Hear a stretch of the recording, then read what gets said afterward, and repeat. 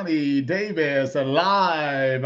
That's right. We're here on this September 10th, 2021. Also keeping in mind all of those who lost people in 2011. We are going to have a special conversation here today with Mr. Chris Cocores, who had a tragic incident that happened to him that was life-changing some years back. But we'll talk about that. But we also want to mainly talk about the inspiration and the overcoming and where he is today. And it's about coming back. It's about not giving up, right? It's about forward march, right? What I say all the time. And so we certainly are looking forward to having that conversation with him. We'll also be speaking with our ICAP PKB representatives over in California.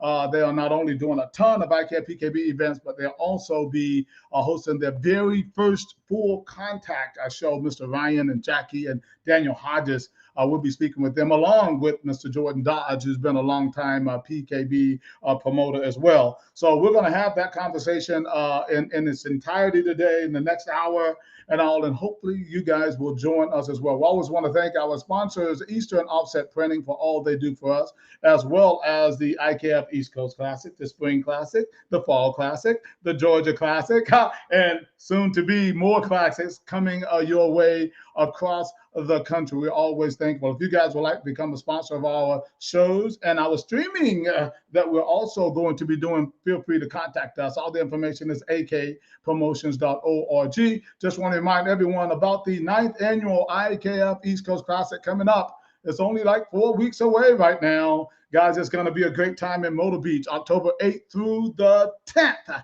Registration is going on, but you know what? To be honest, I think registration is going to probably have to close next week because we are right at capacity, right? So probably next week, you probably want to go ahead and get registered probably by Wednesday because we're going to take a tight look. I know it was really close earlier this week, so it's got to be there based on registration. Remember, you can only register in a division where there are fighters. Mr. Phillips, how are you, sir? He's joining us again today. I certainly appreciate anytime you are willing to join us. But again, the ICAP East Coast Classic is right there for you guys. Feel free to make any comments that you would like to make throughout the show.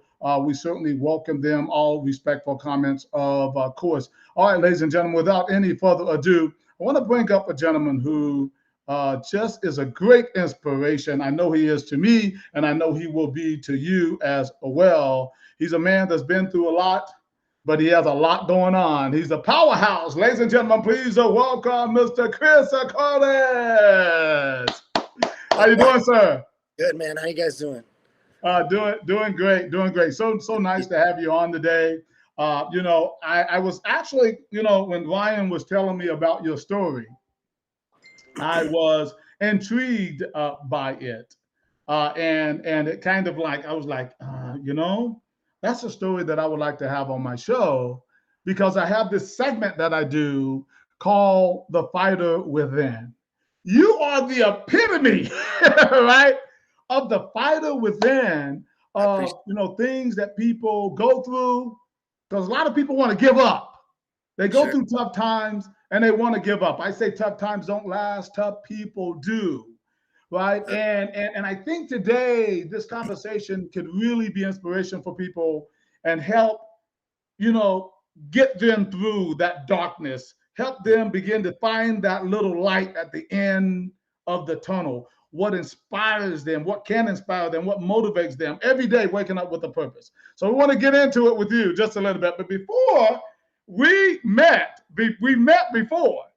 And again, I know you were saying, wow, you look familiar. My memory is a little banged up, you know?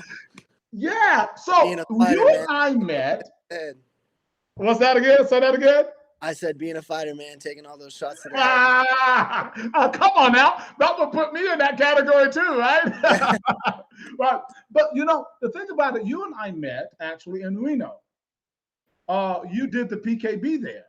That's right. Was your first comeback fight, actually. You remember that? Yeah. Oh yeah, I remember that fight for sure. Right, and you won. Yeah. Right. And so that's why I was first told about you and your story. But I want you to take a moment, if you will, before the incident actually happened. Tell us a little bit about your life before then, as far as your martial arts career, and the things that that you were doing beforehand. Sure, yeah. So, I mean, I usually tell a lot of people that my MMA journey started a little bit different than most, but Mm, I guess you could say similar to a lot as well, because I didn't have a real fitness like upbringing. Like I didn't do really any sports in school. I didn't wrestle in school or anything like that. I was actually mm, all through high school. And growing up here in Tahoe, um, South Lake Tahoe, it's a small town. You know, it's we've got about 20,000 population, but right. there's not a lot to do. You know, growing up, so I was getting into a lot of fights growing up. Okay. I I was different. You know, I was a little bit of an outcast, and so that put me in that position to be kind of a target. Why, why, So why, why were you an outcast, Chris? Um, it was just like my style, man. You know, I grew up kind of in like the punk rock scene. My older brother was a punk rocker. I was just kind of like a I just marched to the beat of my own drum pretty much, you know, and I got a lot of shit for it in school. So, Right. you know, that led to and tough upbringing, you know, a lot of stuff going on in my family, a lot of alcoholism around me, just the normal Okay. stuff. So maybe that contributed, and then you know I was taking it out in school more or less. So when I went into high school, I went straight into homeschool because I had a summer school class in high school for middle school that I ended up Mm, to a fight at, and they expelled me. They wouldn't allow me into public school, so right.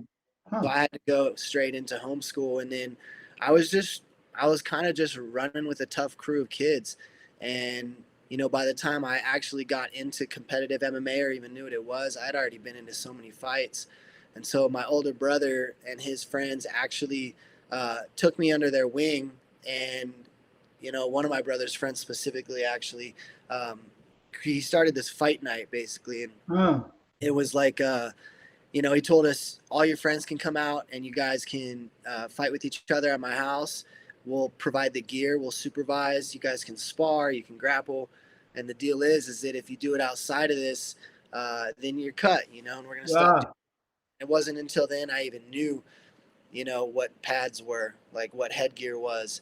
I didn't know anything about that kind of stuff, but I just loved it, you know, and I took root and I mean the rest is history pretty much. So do you think that the street life, fight life, the street fight life kind of got you prepared for what you do today? Yes and no.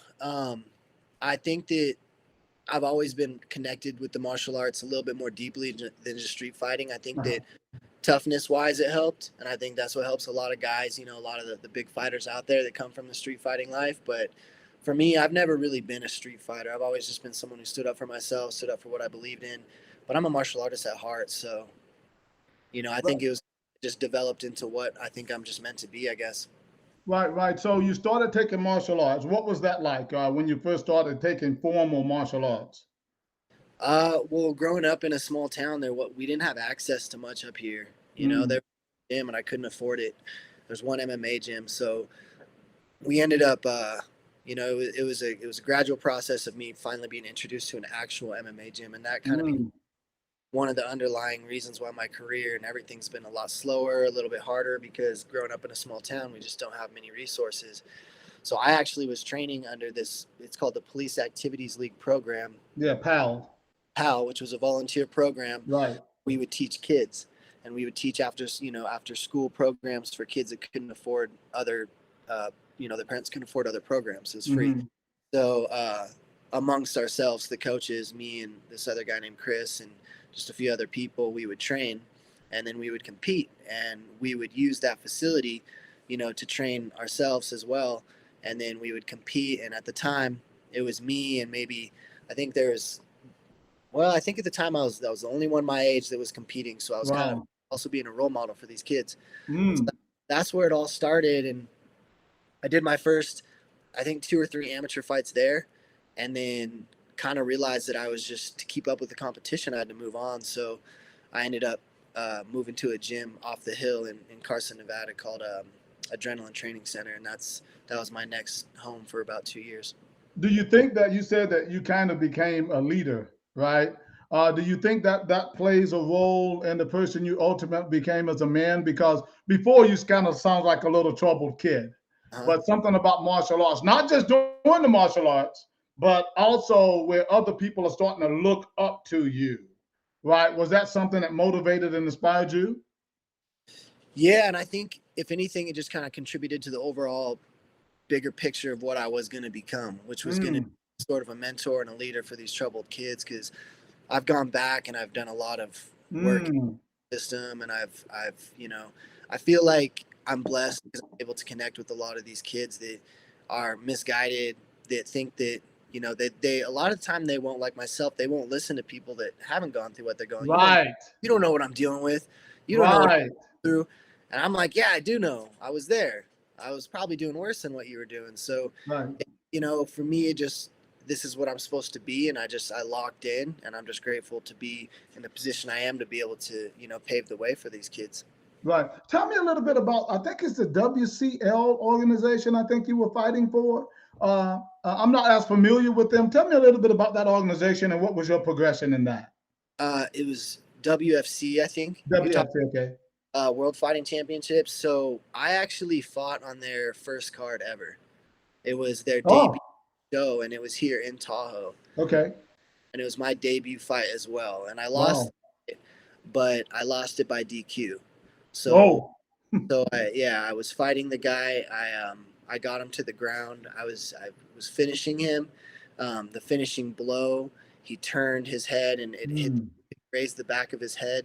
mm, There was a big controversy amongst the officials, and half of them wanted the fight to be a win for me, and half of them thought for the safety of their show and kind of being their first card that they wanted to right. call it DQ. So they ended up calling it a DQ.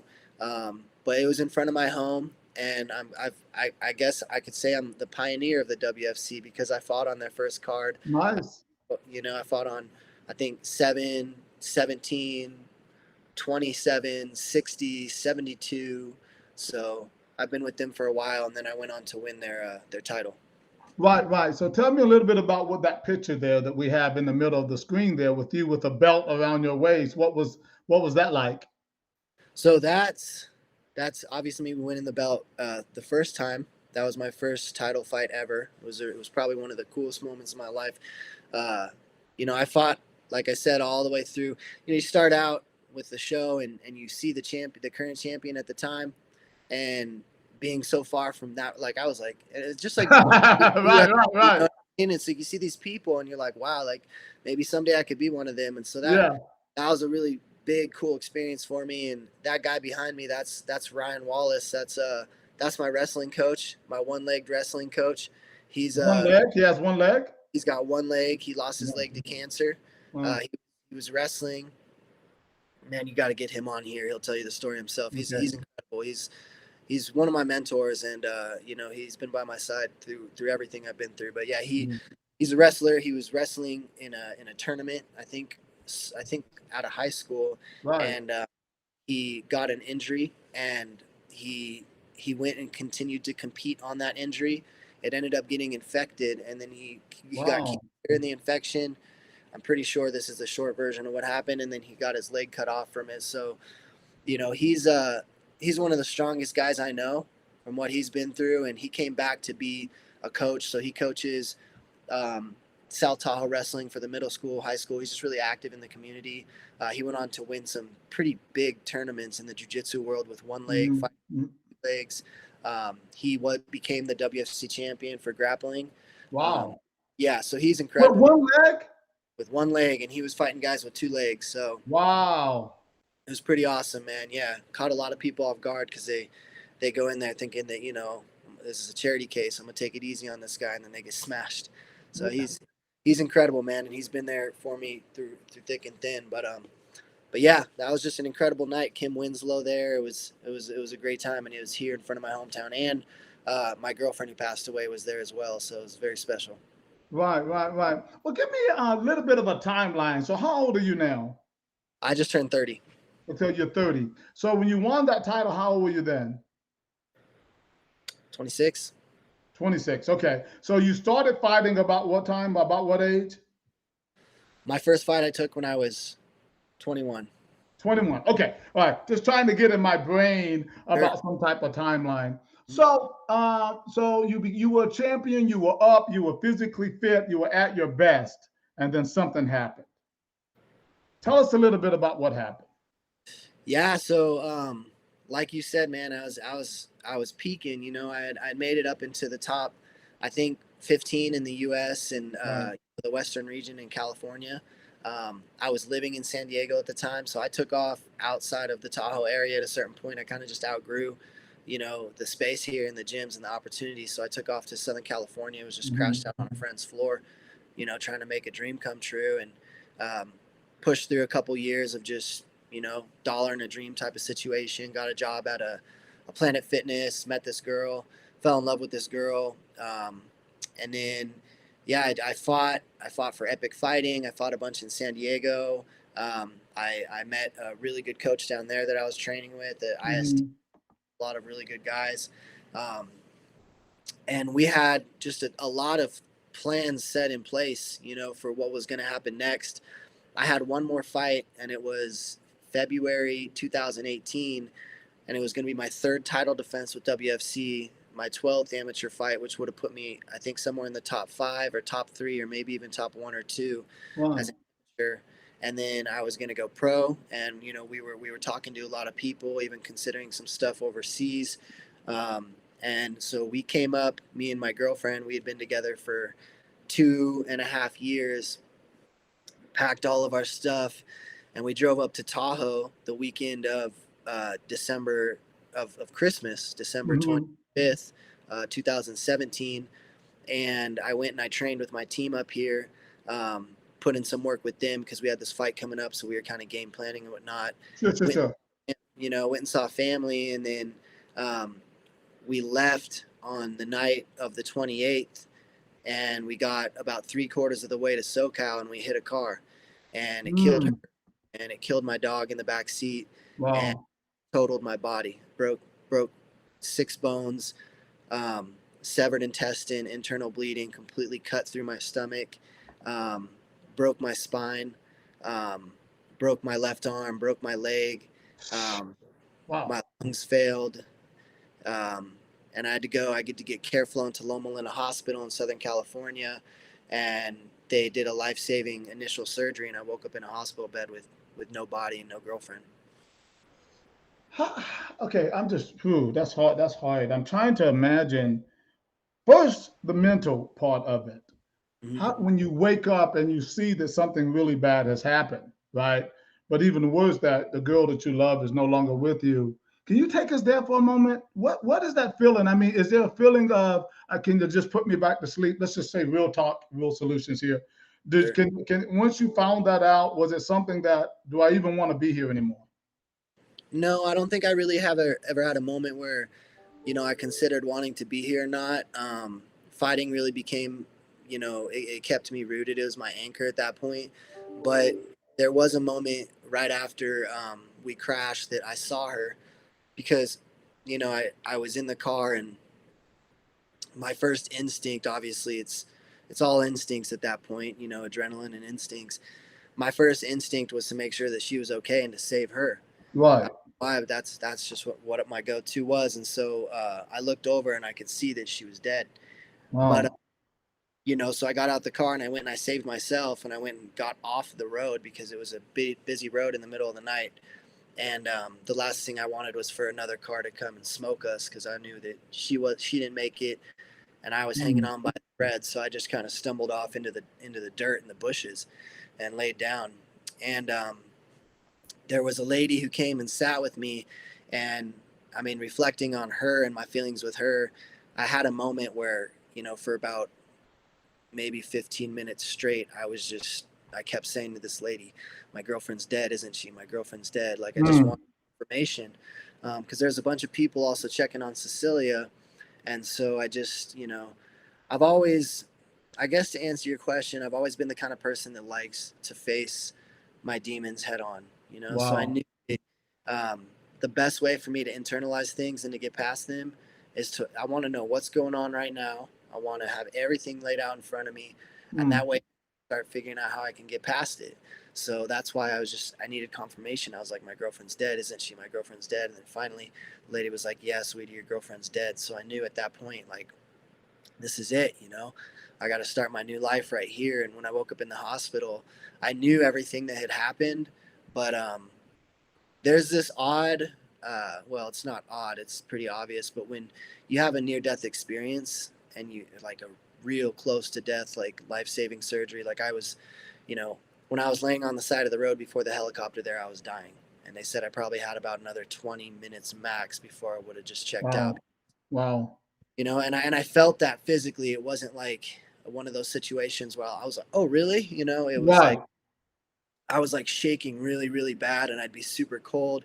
And then all of a sudden I'd just be calm and warm. And I could just feel my body kind of going through this, like, Mm. got so much time because of the amount of injuries and because of the blood loss in my stomach. The internal bleeding was the main thing. I had a lot of really bad internal bleeding. And so I thought that I was going to die, man, to be honest. Mm. I was like, for sure, like I could just tell. And I thought I was going to die on the side of the road there that night. So I kind of had an interview with myself of, Mm. what I was happy with as far as dying at 26, and a lot of the things that I would have changed, a lot of the things that I would change if I had a second chance. And that moment, What kind of things? I'm curious to know when many of us don't have that opportunity to have that kind of talk about things that we would change. What kind of things pop in your head about things if you could do things differently? What would it have been? um, the most apparent things to me were, I'd spent a lot of my years censoring myself and holding back. I just felt Mm. like I hadn't tapped in my full potential yet, and I feel like Mm. all of us are on a path to tapping into our full potential as that person that we want to be. And I was really disappointed that I hadn't fully become that person. I wasn't thinking about the things that I had bought over the years, the car, Mm. money. All I was thinking about is I've always envisioned myself as being this person, and I never got a chance to reach that. And then that thought went into the thought of, what can I do to become that person faster? And it just started occurring to me that I spent so much time censoring myself. I spent so much time holding back because of the thought or the fear, the judgment of others. Just stuff like that really just made me, when I woke up, I was like, I'm just going to be me, uncensored, unapologetic. This is who I am. I don't care what people think, because I'm not going to die again, knowing that I wasn't able to live my life to the full. Mm. And Mm. that's what I ended up doing the years following the accident. That ended up becoming some of the best years of my life, despite Mm. battle my demons along the way. A lot of people say that I'm a changed person since that accident, and it's because of that moment, And so that was the biggest thing.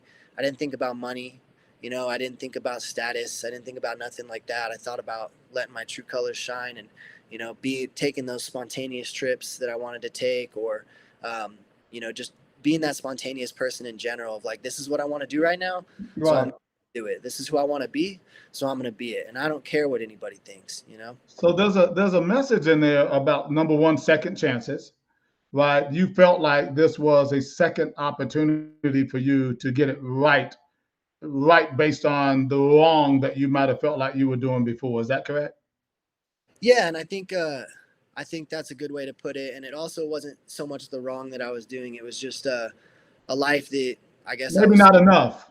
Yeah, I was just kind of unsatisfied. You know what I mean? And it was like, it wasn't like I was like, man, I totally regret everything I've done. I've done a lot of cool things, but I feel like, I also, MMA at that point in my life, I became kind of addicted to the idea of like success in a non-healthy way. It became like I put aside relationships, I put aside happiness. I Right. would wake up and I would be unhappy because I was just so focused on getting to the finish line. You know, Right. started disconnecting from the love of the sport, and actually enjoying what I do, which I think in turn resulted in a big loss that I had right before the accident, where I just was like so eager to win that I ended up losing. And I was having this weird thing of like, um, why is this not working right now? You know what I mean? Why is this not Right. used to, kind of? So I'm, it I'm, just, yeah. Go ahead. That's your you know, word. Yeah. I was just gonna say, I just kind of felt reborn, I guess, in a way. That's what it sounds like. That's what it sounds like. But I'm curious a little bit as well as I see you lying there in the bed with tubes and stuff all on you there. Yeah. That I talk about recently. I had a kidney stone, right? And I'm whining about a kidney stone, right? And it was hurting so bad, and it really took my energy away. It really took me out for a good month or so, where I just did not feel like necessarily working out or anything. I mean, my energy was just low. It was like 70, 80%. I'm trying to figure out though, looking at you and with your broken bones and all the stuff that you had to go through and the rehab process in that. Take us there a little bit about how difficult, first of all, just looking at yourself in the mirror from who you were just a day before, or days before, and now looking at you now in the bed and you're looking at yourself in the mirror and you have all you messed up. Like, where did you find the energy and how difficult was it to try to just motivate yourself on a daily basis to get through the pain of getting back to normality? Well, first of all, it was hard to look at myself in the mirror. Yeah, There was one day that I had to learn how to walk again. So, yeah, there was a lot of points where there's things I couldn't do. Like I couldn't go to the bathroom on my own for 2 weeks. wow, It was terrible for a lot of reasons. And then, I was just like, I lost like 35 pounds. When I finally was able to make it to the bathroom, I tried shaving my face. I got halfway done and then I got sick and I had to lay back down. So I right, was in bed for a couple of days with a half shaved face. So it was hard to look at myself, but at the same time, I wasn't looking at myself. I was looking at my soul. I was looking at my experience and what I've been through. So I felt strong. I was like, man, if I can get past this, I could get past anything. I took a car at basically 160 miles an hour. Um, but there was a lot of rehab that went into it. Like I said, I had to have the nurses assisting me up. It was like that Italian guy who got into that wreck and had the halo on the boxer. It's right, pretty similar to his story in the fact that I had to completely learn how to use my legs again because right, they didn't work, man. 3 weeks after being in bed and having a major burst fracture in my spine, major atrophy, and then all the other injuries. right, When I stood up to walk, my legs just didn't work. right, So I had to have a walker and I had to have people hold me up. And we would start with one step and then 2 steps a day, 3 steps a day, so on and so forth until I could wow, walk around the hospital. So, man, it was quite a process. And something that was really helping me is I had so many people reaching out. right, So I managed to get my phone back from the accident, and that was a blessing because I was able to talk to so many people. I was connecting with people all over the world. I had people reaching out to me from different states, different countries, right. similar experiences, people that were going through stuff. And so I just be on my phone every day, just connecting. And that really helped. That was something else that I gained from this is the power in the therapy and connecting with people and using Mm, to help the world. I think that's very powerful. And I think that it's also very therapeutic. I haven't seen one therapist since this whole incident happened, and I haven't felt the need to because of that exact fact, because I was able to talk to so many people and feel so, wow, empowered. So yeah, it was tough. And then upon leaving the hospital, I just, I went from being the fighter to the brittle, broken kid who, you know, hopeless. The first physical therapist office I went to, I was like, guys, like, I kind of want to fight again. And they were like, there's no chance. right, right. That I was like, well, can I talk to the head physical therapist in and see if, because I heard this guy was a stud, in my area. And, Mm, I sat down with him and he's like, look, Chris, I'm going to be honest with you. If you have the goal in mind of competing again, I can't work with you because it's a liability. wow, Because the shape that your spine's in right now, it's going to be impossible for you to compete again, for you to grapple, wow. let alone walk normal again and be able to run within the next couple years. And so that was my first encounter with a professional. And so it was hard, man, because I had to dig deep and I had to really ask myself, if this was possible. And, Right. deep down, I knew it was. I feel like I was destined to do the impossible. And so that's the path that I set out on. Is that your message to people now about why they should never give up? Yeah, and I think that they should also never give up on the faith and the belief and trust they have in their own goals and aspirations because the impossible has been done time and time again. You know, I'm not alone in this. The mind and the belief that you have in yourself is a powerful thing. We can do just about anything, and I truly believe that. So, um, you know, I think that my story is a testament to that as well, that anything is possible, and that would definitely be one of my messages for sure. Right. Well, I saw you, like I said, in Reno, you came back. That was your first, I think, competition back. The ICAF PKB PMT is a semi-contact sparring tournament that gives people the opportunity to better their skills.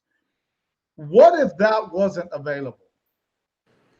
You Then I would have. understand where I'm going, because that means you would have had to get back up to the level of the same point where you stopped in the ring, full contact. Without having that. Yeah, I mean, the PKBs, they've always been a means of, you know, sharpening up and getting prepared for the bigger shows. Okay. But don't get it twisted. Those things are fights, you know, and that's what no. they are, man. Yeah, well, this is why. And I tell a lot of my younger homies on the Right. come up, it's not the fight itself. We're fully padded and geared up and Right. it's safe. Sure. Safe. It's the nerves. Yes. It's Yeah. go through the emotional stuff leading up to the fight. It's very similar to a real fight. So I tell my buddies, just immerse yourself into those competitions, because if I had the chance to go back and do it again, that's what I would have done. Right. Well, that was a great thing seeing. I want to ask you, as we start to close and wind down here, we want to bring up Ryan and Jackie, but also I want to ask you about faith and fate. What do those words mean to you? Faith and fate. I think fate is what we're meant to do, and faith is what we're meant to do to get there. You know, I think we have faith in ourselves in order to reach our fate. So we're all built and here for something.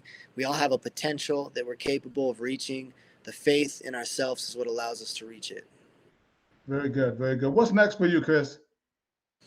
Well, we're working on a documentary right now. We just wrapped that up and went into post-production. So we're working on that, the whole post-production process. You know, I'm number, I want to say 2 right now as an amateur. I don't know, man, fighting. Just whatever fight comes up next. You know, I got, that's in the coach's hands. You know, they just sent me recently overseas to do some training. I was training with some Olympians, UFC guys. So things are definitely moving forward in a fast way. But the pro debut is right around the corner. I don't know when that's going to happen, but I think right now we're just focused on being as ready as possible for the big show. Right. So you're looking more at the MMA, or you're looking more at kickboxing, or whatever comes? I want to be a UFC champion. That's been my goal since the beginning. That goal hasn't changed, you know, but the way that we're going about it is very calculated and meticulous and intentional. And we're not trying to just, you know, knock on the door. We're trying to, you know, be the head of the house. So let's just go for it. Dana White, Dana White watches my show, and Joe Rogan. They won't tell you this, but they do, right? You know, what is your message to them right now? My message to them is, can't wait to meet them. Can't wait to shake their hand. I've had a lot of people tell me that I should be on Joe Rogan's show and tell my story. So I mean, this is the short version of it. You know, there's still the whole recovery process of rehabilitating my body to be able to meet all the people and all the specialists that were involved in everything. So yeah, man, I'm really excited, and I believe that everything that I've told myself and my family and my loved ones I'm gonna do. So I can't wait to be there. Love it. Man, I'm going to be the same humble guy that I am now and just run my way to the top, make my money, cash out, make a family, and move on with it. Well, I will tell you this, Chris. Now, listen, you said you were humble, right? You're going to keep your word. That means when you get up there, we're going to call you back to come to the show, Little Old Johnny Davis Live, all right? And see if you're going to come back. I said, wow, he won't even answer the phone now. What's up with that? I'll be here. You can count on that, bro. I'm a man of my word, and it's not even that. It's it. You know, these are the moments. These are the things that. This is therapy for me. This is very important to me because it gives me a chance to get my voice heard and make my story, my bad experiences feel like there's some worth to them. You know. Absolutely right, man. Your story is so inspirational, man, and I wish you all the best in the future and in your career. Really quick note before I let you go. What do you think about Jackie, Ryan, and Daniel? Come on. Oh, they're my people, man. Yeah, we've been running together for a long time now, man. Shout out to both the brothers. they've done a lot, not just for myself, but also for the MMA and the Muay Thai community, and they're freaking hard workers, man. Yeah, They, yeah, they they really are. I really appreciate them. We'll get ready to bring them up right now. Chris Cocores, thanks so much for being on Johnny Davis Live. We'll talk to you real soon, brother. take All care, right, man. talk to you soon. Bye-bye. All right, ladies and gentlemen, what an inspiration there. Mr. Chris Cocores there telling his story about tragedy, yes, but overcoming it and then moving forward and doing things that are absolutely fantastic. You know what? I think we're going to see him in that UFC one day because I just think that's just who he is. Ladies and gentlemen, let's bring up our next guest without any further ado, Ryan and Jacqueline Hodges. How you guys doing? Great. Good. How you doing, Johnny? I am doing great. Hey, thanks so much, Ryan. First of all, for introducing me to Chris. Yeah. That was a very, very inspirational conversation and everything. What are your thoughts about Chris? No, absolutely. It's been tough getting him on the show too, because he's been grinding and busy. And last time I tried to get him on the show, he was deep in some training and very focused. My thoughts about Chris is, I mean, he's one of the most amazing humans on this planet for sure. He's been with us in the PKB circuit for years now. I met him at Blackline, and he got some gear from us when I had my fight shop over there in Carlsbad, and I always seen him training and motivated. Yeah, motivated, dedicated. Always just very, very nice person, humble, great warrior, great fighter, beautiful technique, and he's just very inspirational. And he's gonna go far. He's gonna keep on going, and he's gonna make it. He's already the story of success, so just seeing him overcome what he's had to overcome and face the adversities he's had to face is just, I mean, every time he tells the story, I still get cold chills. I learn new things about myself through his stories, and I find strength. So he's just a wonderful person to have in our community. Nothing but respect for Chris. We love Chris. We're so appreciative. And also I remember when he was his comeback fight, it took 3 years for him to get therapy and all. He would be sending me videos of his training and this and that, and he's just so motivated and excited to to compete again for those 3 years. That's what kind of what he said in his in the podcast was, fighting is what kept him alive in a sense. It gave him a sense of purpose. If he didn't have that outlet, there could be a different situation. But he's a fighter. He's a great fighter. And I remember when he was fighting at our USA Championship in Reno, and he went to the finals, and I was like, oh man, I was so just proud. My heart was like beating, like when I was watching. I was like, oh my gosh, like he moved so good, and I was wow, like through all the injuries, through everything that he went through, and he had such fluidity. Yeah, at the end of the day, they all showed respect after the fight. They all bowed to it, and it was just Yeah, it was really fun to watch. I literally was in tears handing him the belt, just so proud and happy for that moment. Happy we all got to experience it, and just the power in that, just like I said, really inspiration. We have some funds for him to go to Thailand with us whenever whenever things open back up. That's right. Whole COVID lockdown kind of goes, and we're gonna take care of his training, and Wow, that is awesome stuff. But I kind of alluded to the fact that the fact that we had the PKB and the PMT going, and how probably instrumental that was for him getting back on his feet, because I think that was his first tournament coming back. Otherwise that might not have been available, because maybe a commission would not have even allowed him to fight on a real card. Does that make sense?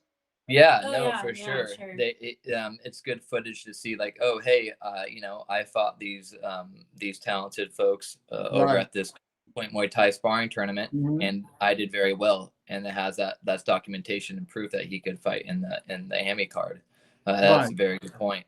Too, the championship tournaments, like the one we did in Reno, are a little more geared towards, just a different caliber of development than our all PMT tournaments. So it's all good stuff.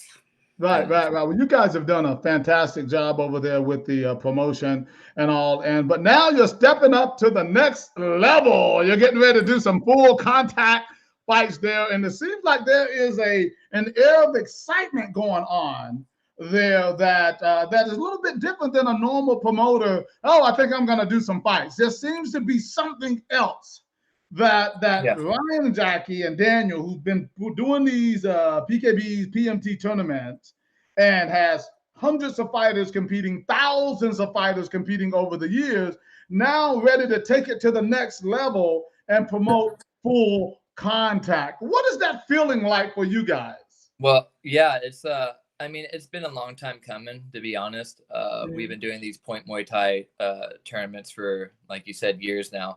And it is the best incubation period for a fighter to go to the next level, hands down. And I'm just very happy that, you know, we had the opportunity to throw our first show with Jordan at his at the venue that he got.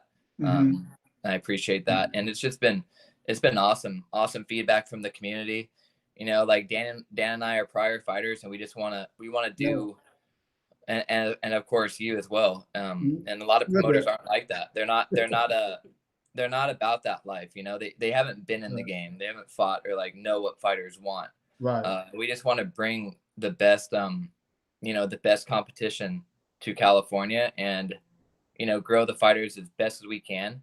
And we just have the trifecta, man, of beauty, you know, the PKB to AMI to pro.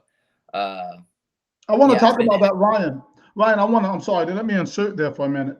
You mentioned that there was this great incubator for trainers and fighters. I want to go a little bit deeper, because what about as a promoter? Because one of my big things about when I'm talking to people all the time of being a part of my organization and consulting and all the other stuff that I do is that what have you seen that has been very different for you as a promoter? Because it's also an incubator for full contact promoters. So what have you learned from the PKB that you've been able to put into play for full contact? What do you got? I mean, we've learned everything from the PKBs, everything from organization That's my to point. Yes. running the tournaments, working with the fighters. I mean, it literally has been obviously an incubator for the fighters, but also an incubator for us. We wouldn't be able to do what we do without the PKB, and PKB obviously is not going anywhere. Like, that's going to be something we do continuously. So I'm very grateful for the PKB. I'm super just grateful for the community it's brought us. Watching the fighters, you know, start with us, maybe their first competition ever. And then those same fighters, some of them are now moving into the show that we have. So it's super cool to see that. And like I said, I mean, I personally feel like we wouldn't be able to be ready for this if it weren't for the PKB. So. Well, look, I think that too, but that's just me. I'm biased. You know, well, then there you go. I do think it's important. Every athlete on our card has PMT PKB fights. Yeah. And that, okay, now that I want to ask that question about that. Was that little deliberate? No, not at all. It just, we were matching. You know, it could be deliberate. Yeah, no, not even. We have a matching algorithm that my brother coded, and it matches fighters based on, you know, all the variables involved in matchmaking, and also goes to like a Google Authenticator and see if they have, you know, we're getting there soon. It's almost complete, but it goes through a program through Google that can identify sandbagging someone who is messed up on their record, so then they could add it in, because, you know, an easy Google search, you know, from IKF or this or that, because IKF and it does a really fantastic job on keeping results and data management. Which, you know, and I respect that 100%, because that takes a lot of work. But technology now booming, we're figuring out a way to, you know, we already figured out the way of matchmaking, right? Now what we're going into is Google, you know, all the other search engines to find fighters. They identify them automatically and see who is let me have you guys come a little closer together so I can see both of you in the screen there. Tell me a little bit about the venue that you're going. You're going to be in Santa Cruz, California on September the 25th. Great show there, but you're going to be at the Warrior Stadium. Tell us a little bit about that feeling. Jackie, you need to come in a little bit closer there. I'll take that other picture down. Tell us a little bit about the Warrior Stadium. Yeah. Yeah. So Jordan, we're walking around. So it was going to be we're doing like a state championship, point Muay Thai, tournament style, event over there. That morning. First, at that point. And then Right. Jordan, and you're there as well. Oh, okay. Okay. He took me there, and I looked at the venue. I was like, and I was just walking around it. I was like, oh my gosh, this is like next level. This is this is an NBA stadium, you know. So I was like, we gotta do something more. So then I hit up Jordan, like, hey, let me throw a full contact here with my first Muay Thai, because I got my promoter license through the IKF, and I was ready to jump in. I had my show locked in for December 11th, but I let Jordan know, hey, let's collaborate on a show here and let's make it happen. He was all about it, and it feels like, you know, my dreams coming true of becoming, you know, that amateur promoter as well. Like, I always wanted to be, you know, a promoter in a sense, and you know, the PMT is great for the grassroots, but I wanted to step it up a notch, and it just felt like a good feeling on, you know, going more into that amateur circuit, because it is different, you know. It's way different. It's a fight. What is the biggest thing that you found that's really different? What sticks out to you? Because I know there's a lot of things. Okay, what sticks out to me is it's a lot. I mean, you have to get the gloves approved, you have to get the fights approved, you have to get them all IKF certified. You have to get their there's a lot of moving parts, which I like. And it kind of instills like more of like a safety and more of like a foundation of equality, making sure the matches are good. Because, like, you know, I have a couple you know, things that I have to do on my card to do some, you know, if someone's like messed up on their record. So yeah, working with IKF, they really are kind of strict on their protocols, but I mean, it's a good thing though, because they want to you know, ensure a fair and safe event. But that I think the card and the format, like doing the card format, yeah, oh my gosh, that could be a pain in itself. But there's just a lot, you know. You have to go through the coaches, you have to get so.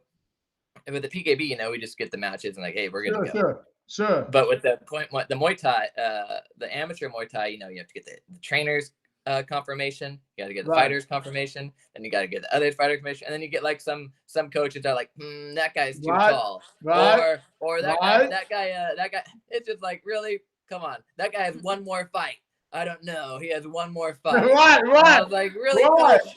Like, experience is like what life's about, and we're not getting any younger. Like, take the fight, and like, because not a lot of shows are in California, but that's what I've been dealing with coaches like not wanting to take the fight, or, you know, saying they're too tall, or saying just being picky, being very picky. I'm like, okay, like there's a guy 1-1 and there's another guy like, you know, 2-1, and then they'll be like, that guy has one more fight. It's like, exactly, yeah, that's true. Because everything's transparent on the amateur. They see everything, height, weight, but that there's just a lot of moving parts in the amateur circuit. A lot more energy is involved, because I want to make it I want to make it the best.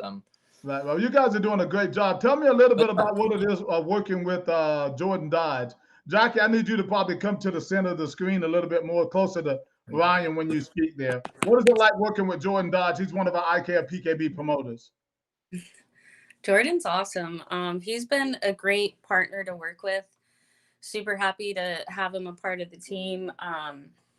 You know, Jordan is really good about keeping in touch, staying organized, and just really amping up the show so that we have a successful, you know, championship. So it's been great working with him. Really excited about the venue. Like Ryan said, when you walk into the Warrior Stadium, it literally lives up to its name, and it just feels like great things should happen there. So overall, really good so far. Working with Jordan, it feels natural. And he's a very very business oriented and not very a stressful person to work with. He's on point, he's on schedule. He gets the job done. He goes above and beyond. He has a great family also that helps him out, his wife. And I like working with people that are very humble and respectful, and they're grateful, because giving this opportunity with IKF PKB PMT is I'm very grateful for it, and I think it reciprocates with him too, that he's very grateful to be part of the greatest grassroots movement in Muay Thai kickboxing. That's probably huge. Is like we're so lucky to have people on our team that are equally as passionate about the sport and growing it in a safe manner as well. So I was just telling Ryan the other day, like Come to the center, Jackie. Come over a little bit closer. Yeah, I was even telling Ryan the other day, like our clientele and the people we get to work with, like it's such a joy to have people in our corner that are, like I said, passionate about the sport, wanting to see it grow, kind of thinking about the bigger picture, long-term picture versus, just short-term, like, oh, I'm going to throw an event and make some money and that's that. Like, long-term, you're looking at the long game.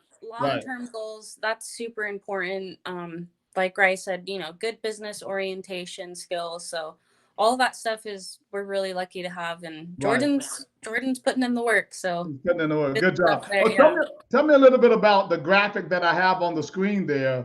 How you guys are stepping it up when it comes to your live streaming that you're going to be doing there, as well as the graphics for the fighters. It's going to really look like almost an HBO production, correct? Yeah. So you want to take that or? For the live stream, yeah. So I got a partner, Keith. He's gonna crush it. He's been on the back end working tails of the tapes, putting in graphics together. Daniel on the other side is making all those custom graphics that are on the website for the fighters, but we want to kind of make it like the graphics customized to our main card, because we want to make like the debut Amis kind of work up to that, like, oh, I want to work up to that amateur style, not just give them everything. Like if you're a debut, like you got to earn your stripes. You know what I mean? So that's kind of like my our philosophy on that. So you see all the kind of those graphics. They're more of like fighters with more than 3 fights that don't have to wear shin guards or have a couple fights in the amateur circuit. So that's kind of like our ideology on that. You want to, I think in Muay Thai, even in any martial art, there needs to be a foundation of building blocks that you need to build your way to the top. 100. Not just, oh, here you go. Here's a big old trophy and everything, There should be different awards and different, like I said, building blocks. I think that's very important to grow the sport. And, we're doing our best to develop the Muay Thai and grow it the best we can. And it's been great. You guys have done a fantastic job. Let everybody know about the date, time, and how they can get tickets to your event. Yeah. Well, to go off too, like we have almost 300 athletes registered for the Point Muay Thai state championship. And then we have hold on, back up. So for the event, the PKB that day? That's just the PKB. So hold on. So for the PKB, you have how many fighters already? I gotta look at it, but it's like it's more than 250 closing in. So I gotta PKB that day? Yeah, we're doing 5 mats. I was getting ready to say. No, of course. We have officials coming from all over. That's what's the beauty of the Point Muay Thai. We have everyone coming together. Right. I think what happened too during COVID, we didn't stop. While every promotion stopped, we kept on going. We figured out ways around it, and we kept on, like you say, forward marching to bring the experience to fighters and coaches. But anyways, we have probably gonna do 10 belts there at the state championship, and then we have about 22 full contact. I had 28, but Steve hit me up with like, hey, this is way too much, and I didn't know because I was like matching. I was like, okay, I'm gonna have drops because like I remember Jordan's like, hey, you're gonna get a lot of drops, so you really want to max out the card. So I was like, man, all right, like we had 28 like fights confirmed. Like we went through the coaches, then we had to message some of the coaches and fighters like, hey, sorry, like whoever was the last that we chosen. Yeah. So, but still, 21 is a hell of a card. Yeah, but that's a lot. To get to your question, tickets at Muay Thai CA plural.com. The Point Muay Thai competition is going to start at 9 a.m. and we're shooting to end at 2:30. Doors open at 4 o'clock for the full contact Muay Thai. Bouts will start at 5 o'clock sharp. Bring your mask because there's a mask mandate that we have to comply with. It is what it is. We have to do what we got to do. And it's going to be great. We're super pumped. It's going to be exciting. It's going to be fun. It's going to be action packed. It's going to be a next level. I mean, this is probably going to be the biggest Muay Thai show, Point Muay Thai collaboration in California, probably in history, I would think. We're really grateful and it's been an honor working with you and just growing the sport of Muay Thai and developing the Muay Thai. And, we're just going to keep on moving forward and keep on making it better for the fighters, keep on giving them what they want, what they need, and keep on pursuing what we want to accomplish. I think you're going about it the right way. And and again, it's an honor working with you guys and just watching your growth and everything. I kind of like take you as my kids, and stuff like that. I talk to you like my kids sometimes too. You know that, right? We appreciate it too, Johnny. You've been such a great mentor and person to work with, and we're so appreciative for you. Hopefully you understand that and know that we love what you've built. And we're so excited to be a part of this journey. With you. You're straight to the point and you're real. There's a lot of fake people out, and even in this industry, you got to find the real ones to work with, and that's when the magic happens. When you're very, very respectful and you're very, you take care of real. Your people. So that's what you have to be in life. You have to be real and you have to be honest. So right. Well, I stand by. I am who I am. I mean, again, I have to sleep at night and everything, and I just don't believe in trying to, get over on people. I want you guys to have exactly what you're having right now. I want you to be the best. And I tell Steve looks at me funny. He doesn't say anything. I said, you're looking at the future best promoters in the IKF, and Ryan, Jackie, and Daniel. They will be the best. Why? Because they have a great incubator in all of those years of the PKB, right, and the PMT. And that I'm telling you, and I'm trying to tell everybody, that is the secret sauce. It's not have to be a secret, but it takes work. And you guys have been willing to put in the work. And so now you have all this vast knowledge of doing this thing and doing it the right way. And you always got me for backup. And one more thing too, doing these events, man, have been stressful too. Yes. Like it's not easy doing these shows. Like, do a show. I'm gonna do a show. Like some of these smokers coming up. Right. Sorry, my cat's in the way. Hey, Kitty. Some of these smokers coming up, they don't understand the intellectual infrastructure that we do and the hard work and the sleepless nights that we've been doing. When we do our shows, like we want the matching to be perfect, and doing that with 200 fighters is tough. So I think we deserve what's coming to us, and we put in the work, and it hasn't been easy. It hasn't been an easy road, and perseverance is what has been making it happen. The sky's the limit, though. Well, I'm telling you right now, this is nothing. You wait. You're gonna be like, woo, just glowing. Everybody's gonna have statues built of Ryan and Jackie and Daniel and all that stuff. Look, guys, this has been awesome. I love you guys. I'm very proud of what you're continuing to build over in the state of California and beyond. I look forward to maybe eventually having you guys maybe just come and hang out at my East Coast Classics or Georgia Classics. Yeah, we can hang out. Make that happen.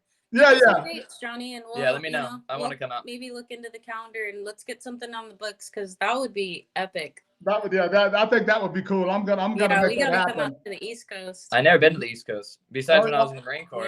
Yeah, I was in North Carolina stationed there, but I was there for like 3 months, and you didn't really, No. I was just like I was in training over there, so I never. Right, guys, you guys are awesome, man. Hey, look, be safe today. I know you got to go. Where are you this weekend?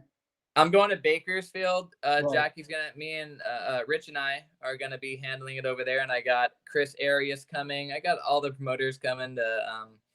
Gil Medina's always been calling me. He's that guy. He's so grateful to be a part of it. He calls me like all the time, every day. Thank you, boss. I'm so happy to bring something to Bakersfield. He's and really cool. and the community's about it. I think Bakersfield hasn't had something like this, and we have around 52 competitors. Cool. Right. And it's going to be fun. We're going to do 2 mats, and also Right. we're going to incubate some jiu-jitsu matches in the thing too, to kind of like, Sure. make we have 2 mats. So we kind of like want to Sure. make it like at least a 4-hour, 5-hour day. So we're kind of, putting in the other martial art and kind of synchronizing them. So it's going to be fun. It's going to be a good time. Right. Have fun. I'll be over tomorrow. I'll be in Sumter, South Carolina with Mr. Jerome Robinson for an IKF-PKB tournament there. We're going to have some fun over there. We'll also be streaming that too. And all. And so it's going to be a lot of fun. Jackie, Ryan, Hodges, thanks so much for being on another edition of Johnny Davis Live. Talk to you guys real soon, okay? All right, buddy. All right, Johnny. Thank you, man. Safe, guys. I love you. Goodbye.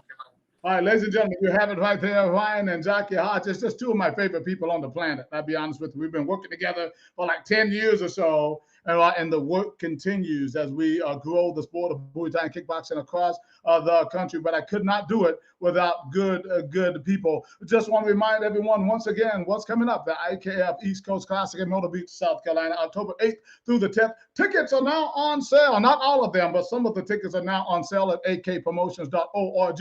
You want to get them early because they're going to go up as the events gets a little closer, guys. akpromotions.org. Get those tickets now. Remember, too, on that event, we have a professional 9-round unified kickboxing fight between Mr. Hunter and Mr. Scott. That's Caleb Hunter and Jeremiah Scott. It's going to be a fantastic event. Those guys are pumped. They're excited and all. And I'm 9 rounds, unheard of these days. 9 2-minute rounds, by the way. But I think it's going to be great for our sport. And I think it's going to be the changing of the guard. Listen to what I said. It's going to change everything because people are going to start adding more rounds. It's not that it's more dangerous. You're still fighting the same amount of time, maybe a little bit more time, but more rest and all that in the middle. That is going to change the game. Remember, October 9th. Put it on your calendar in Myrtle Beach, at the Landmark Resort. Get your tickets now at akpromotions.org.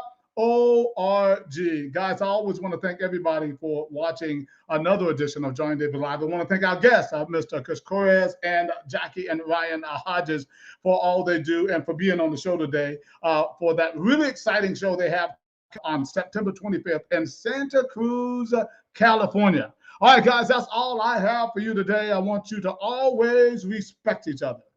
Forward march. This is Johnny Davis Live, and I'm checking out. Talk to you soon. Bye-bye.